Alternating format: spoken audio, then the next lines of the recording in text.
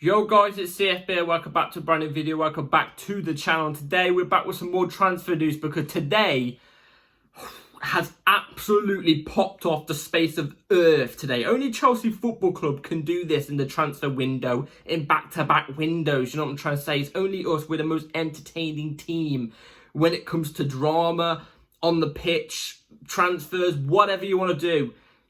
It's never a dull day at Chelsea Football Club. There's so much to get into. So before we do get into it, please like, subscribe, hit the bell notification so notified every time I load a video. Also, first link in the description to my streaming channel, my second channel. Go and check those out, it'd be very much appreciated. Second channel video should be coming very, very soon, so be ready for that. Hit the subscribe button because I want to get to 1,000 subs at the end of this year because I've got a big surprise for you guys if we can do that. So anyway, let's get into the video now. Let's get into the video because there's a lot to talk about. There's a lot to go through. Today's been crazy. Absolutely crazy. I can't get to you how crazy this has been.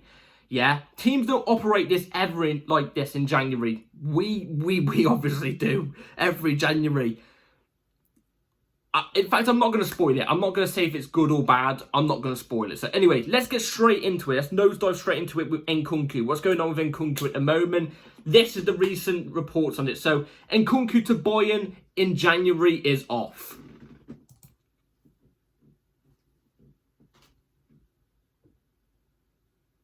What reasons? Was it the fee? Was it Chelsea's fee they planted on Nkunku's head? You know, they want over 70 million or around the 70 million mark.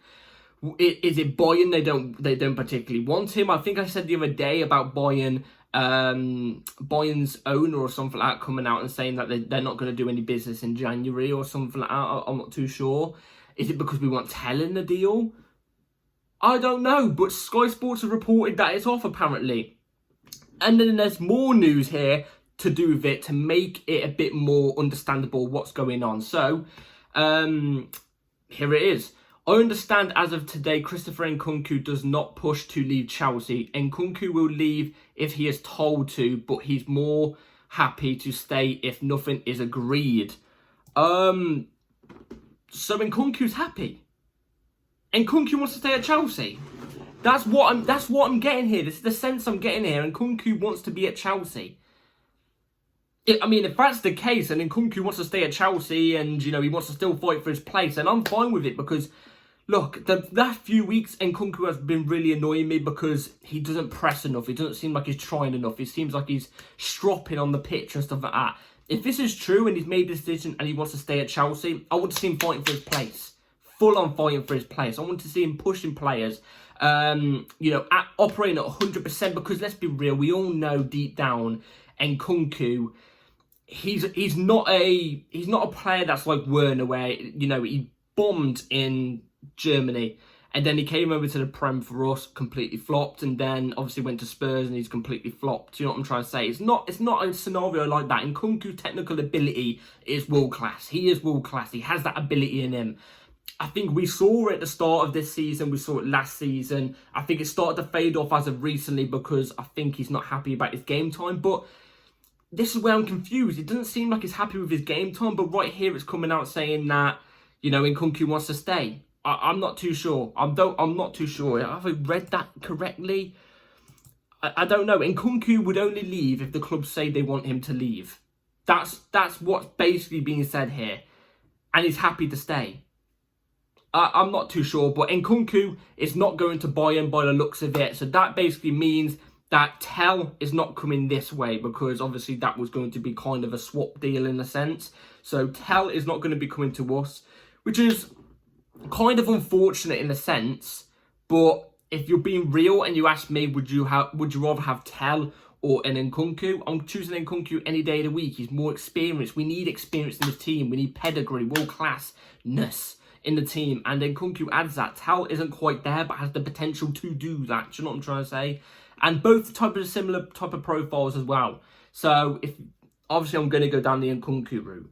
Anyway, that's the Nkunku scenario there. That kind of begs me the question as well, what's going on with a striker? Because, you know, there's been the reports of us bringing in a striker towards the end of the window, whatever. You know what I'm trying to say? We need a striker. That's a guarantee. Even with Nkunku at the club, it's a guarantee. But if we go for a striker, then we've got 3 10s because we've got Palmer, Felix, and Nkunku. So how's any of this going to work? You know what I'm trying to say? Well, we have some news on that, but it's after this next part of news, which is coming in right here, right now. So David Ornstein came out with this absolute bomb, which I've got massive opinions on. So here it is. Chelsea have made inquiries about Manchester United's Garnacho, Garnacho and Jamie Gittens of Borussia Dortmund as they consider options to bolster in the wide attacking areas.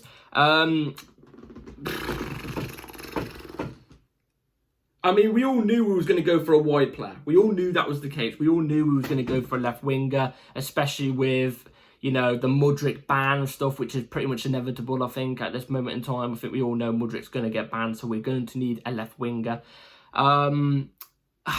Let's start off with the first one. Garnacho, please, no. No. That's all I've got to say in that situation. Chelsea, this is my 2-letter word for you. Please, no. Please, no. I don't even want to speak on it. Garnacho's a good player. He's a good player, yeah? But that's about it. A good player. I don't think he has the potential to be, you know, world class. I think he has the potential to be an even better player than he is right now. You know what I'm trying to say? Like, I'm talking, you know, a fairly good player in the future, I would say. But let's be real. Does he get in ahead of Jadon Sancho? Nah, I don't think so. Does he get ahead of you know, Neto? No. He doesn't get in instead of Neto. What about I know Mudryk's got the suspension, but you know, I say Mudryk's probably a better playmaker than him.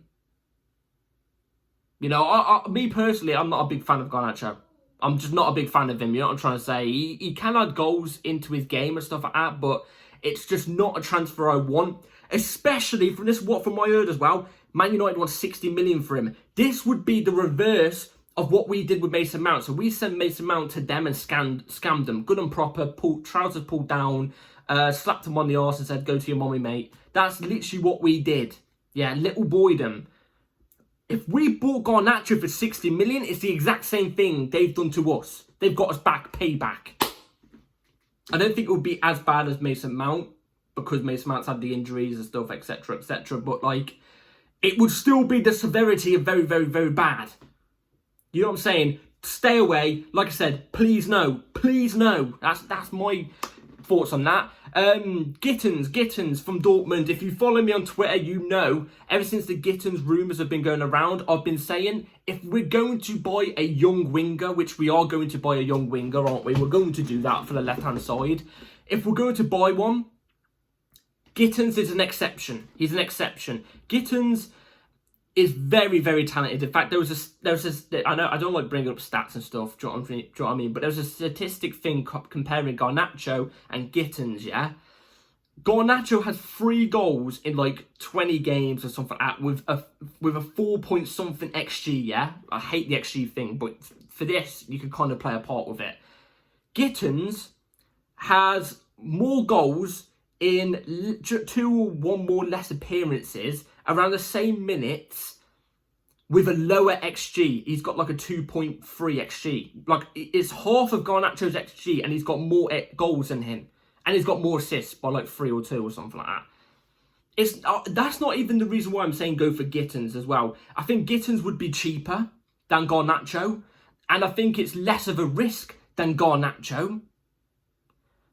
And Gittens had so much more way ball potential than what Garnacho does. How is this even a conversation or a debate? Who in the blue hell in the Chelsea, you know, upstairs room full of Lawrence Stewart Little and Paul Poo Stanley has said, oh yeah, Garnacho, yes, this might be the guy for 60 million. You are off your nut. You know what I'm trying to say? You've got no nuts. You know what I'm saying? If you had a pair, yeah, you would cancel this whole project out and start from scratch with a new spine. But that's a different video for another day, you know what I'm trying to say. Gittens would be an exception in my opinion. He's one of those world-class youngsters that are coming through that have the potential for, not Ballon d'Or, but you know what I mean, to be consistently in that, you know, conversation of, oh, he could be one of the best players in the Premier League, or, you know what I mean, like, you know what I'm trying to say. Gittens, in my opinion, go for. I think he's valued at around 40, 45 million as well, way cheaper. Please, if we progress with Garnacho, I might gold my eyes out. I'm not joking. Anyway, we've spoken this topic a bit too long. Let's move on to this topic, which was the topic I was talking about, kind of tying in with the Nkunku one. You know, if we kept Nkunku, are we still going to go for a striker, a 10? You know, if we did go for a striker, then Nkunku's going to be, there's going to be too much 10s, whatever. Well, here's the latest from Fabrizio Romano this morning. So, Chelsea are constantly watching Benjamin Sesko's performances, and they're doing the same with Liam Delap, who is very high on Chelsea's list and appreciated by Enzo Maresca. Young players again. Young players again. Now, I've got to be honest. Benjamin Sesko, very good striker already. He's like 22, very good, doing brilliant at RB Leipzig. Even though we've not got a good record so far at RB Leipzig from buying their players. But, you know, really good, very high potential. Has the potential to be a top 5 striker in the world, you know what I'm trying to say? Very good. But he's young, and he's going to be added into a team full of young players. You know what I'm saying? And then Liam Delap, on the other hand, Liam Delap, again, I think is a brilliant player. In fact, actually, I think a couple videos ago, or it might have been in December or something like that, I was actually telling people about Liam Delap. I was saying, Liam Delap, watch out for this guy. I think he's going to be the next Jamie Vardy, you know what I'm trying to say? Like, in a way, like, you know, you won't look at him and go, oh, yeah, you know, this guy looks like he's going to be a brilliant player. Or, you know, you look at his name, for example, because, you know, sometimes, you know, fancy names can play a part and stuff like that. You look at the name Liam Delap and you're going to think, oh, you know, he's not that good as his name says. You know what I'm saying? Like, some people do read like that. But Liam Delap, I think, has the potential to be the next, like, Jamie Vardy in a sense. A very solid Premier League striker that can bag you 15, in between the range of about 14 to 20 Premier League goals a season, you know what I'm trying to say? And a very dangerous player, can add loads of aspects to his game. You look what he did to us, for example, when we played against them at their ground, Ipswich. He tore our defence a new one, you know what I'm saying? Like, sorry about this, guys, 20%. There's always a percentage that comes up on my videos. He's a very talented player. Both of them are very talented. Both around the same age bracket as well. Both are going to probably cost the same amount, about 60 million-ish, I reckon. Ipswich especially are going to ask for that much because, you know, he's one of their more valuable players, one of their more high potential players. But I think you're just dropping them into a war zone by, you know, a young player, a young striker, very high potential to both of them. Obviously, Sesko by quite a decent margin, obviously more potential and already better as well. But you're dropping them straight into a bomb zone full of clusters and sniper rifles in the middle of an open field in sticky sand with hail raining down in your face, a torrential hail, you know what I'm saying? Like, with a young team. You know, it's different. It's different. You know what I'm saying? So, again, they're good strikers. If we had more experience in this team, I'd come to you right now and say, yeah, I don't mind this signing. But we don't. We don't have that experience. You know what I'm saying? It's the same thing. It's the same thing each transfer window. Anyway, let's move on now to a 10. Somebody that could be leaving Chelsea. Now that Nkunku's thing is apparently that he's not going to Bayern Munich, we would then have 3 10s in the team, or maybe would we? Here's this from Dimarzio. AC Milan have made initial contacts with Chelsea regarding a loan proposal for João Felix. Chelsea have not opened the possibility of a loan at the moment. So, sorry about that, I had an itchy eye.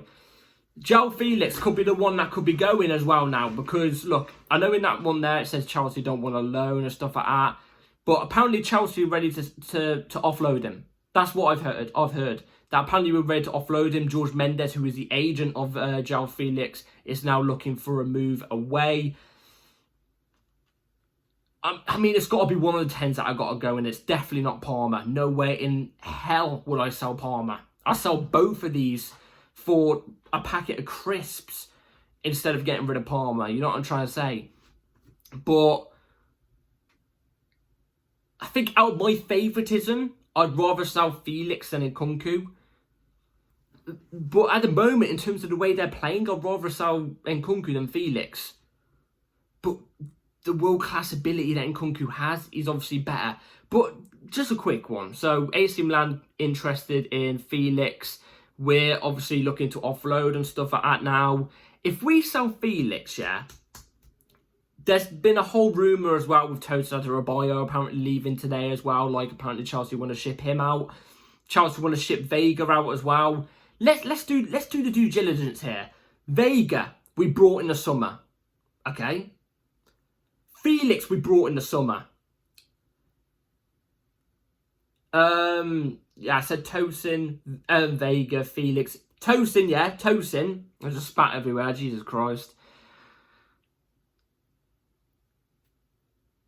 You know, there's 3 players there that could be sold. There's another one as well. There's another one that's being talked about right now that could be sold that we brought in the summer. And that's not Neto. Neto's fine, thankfully.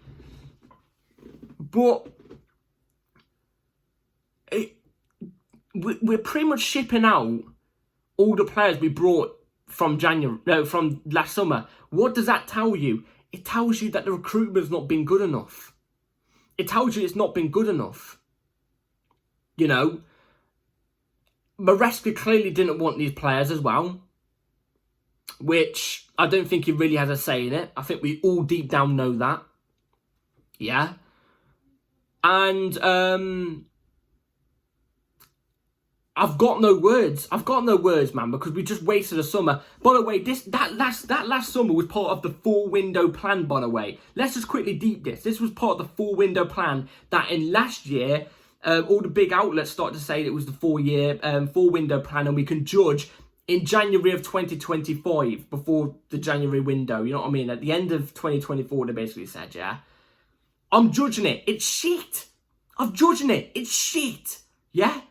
It's absolute pony. We're shipping half of him. We're shipping half of him. They're not good enough. They are not good enough. And deep down, we all know this. They're not good enough. Whether you favourite them or not, they are not good enough. The club know it as well. So what was the point of this 4-window plan? Please enlighten me. What was the point of the 4-window plan? Because we're able to judge it now. We're able to judge it. We're slipped out the top 4. We're lying in 5th now. Yeah. Man City breathing down our arse cheeks. Newcastle are now ahead of us. We was 11 points ahead of Newcastle at one point. We finished 7th or 8th last season. And we finished 12th the season before. We can judge this plan now. It's not good enough. Felix, you know, I wouldn't even let him go on loan. I wouldn't let him go on loan. I want a fee for him, please. I want a fee. But we know what Italian clubs, especially like AC Milan, are like. They'll do 2 loans or something, and then an obligation for 15 million plus 15 million in installments, probably. I don't know. But anyway, one last bit of news just to make this even better. Make this whole video even better, yeah? Get ready for this. Maresca says Palmer, Lavia, Fernandes and Cole didn't train with Chelsea today and are all doubts to face Wolves. Well, that's great. We're losing to Wolves tomorrow. Well, on Monday. We're going to lose to Wolves. We're going to lose to Wolves. If we, by the way, I'm just quickly saying this. I don't want to talk too much about the Wolves game, by the way. It's a shame because we're missing our best player, which is Palmer. We're missing an unreal player in Lavia, by the way, again. Okay. Fernandes, one of our better centre mids as well. Two of our centre mids have gone. We've been left with one, and that's Caicedo. Caicedo's having to deal with that by himself on Monday. And we're missing Colwell, who's probably one of the better ones out the centre-backs, but still isn't good enough.